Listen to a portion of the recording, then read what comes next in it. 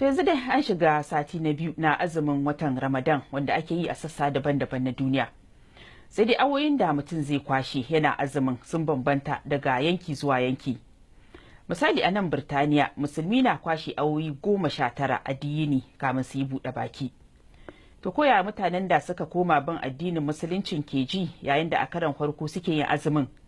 Ga rahoton Ibrahim Shehu Adamu.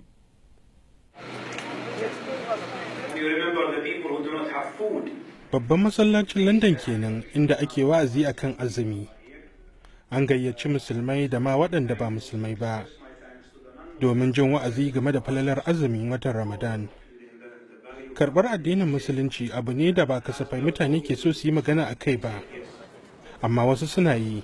Na leƙa babban masallacin gabashin London inda na haɗu da Ben wanda ya musulunta kusan shekara ɗaya kenan. Amma wannan ne azuminsa na karan farko. Abu ne wanda ya ɗan kaɗa ji, saboda ka saba da zarar kana jin kishirwa sai ka nemi kofin ruwa. Ya ka fara ji a karan farko da ka fara azumi? Cikina ya rika kuka saboda ban karya kumallo ba, saɓanin lokacin da ba azumi. Azumi na ɗaya daga cikin shika-shikan musulunci, kuma yara musulmai suna fara wannan ibada ne tun suna ƙanana domin su saba kafin ya wajaba a kansu. Ga waɗanda suka karɓi musulunci abu ne mai wuya saboda ba su saba ba, musamman ma a nan turai lokacin zafi ana kwashe kusan sa'o'i 18 kafin a sha ruwa.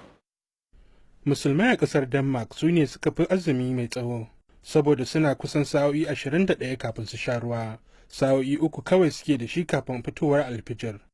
A wani ɓangaren kuma ƙasar Argentina ce ƙasar da tafi ƙanƙancin lokacin azumi, inda suke sa'o'i 9 da mintuna 30 kafin a buɗe baki. Musulmai a nahiyar Afirka a wannan karan na fuskantar tsawon lokaci su ma, musamman a yammacin Afirka. Najeriya na kusan sa'o'i 14 kafin a sha ruwa, sannan kuma a gabashin Afirka ana azumi kusan sa'o'i 13. A ƙasar Afirka ta kudu kuwa ana sa'o'i 12 ne. A yayin da rana ke shirin faduwa a London, Ben ya gayyace ni wani gidan cin abinci domin mu buɗe baki tare da abokinsa. Ben dai bai yi wata ba lokacin da rana ta faɗi, inda ya fara da shan ruwa kafin ya ci dabino. Daga baya kuma aka kawo mana abinci kala-kala inda muka buɗe baki.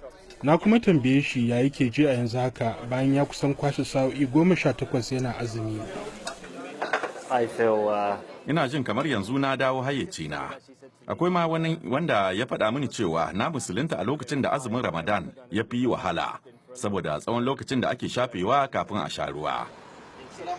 Bayan da muka gama shan ruwa, Ben da abokinsa sun nufi masallaci inda za su je su ci gaba da ibada.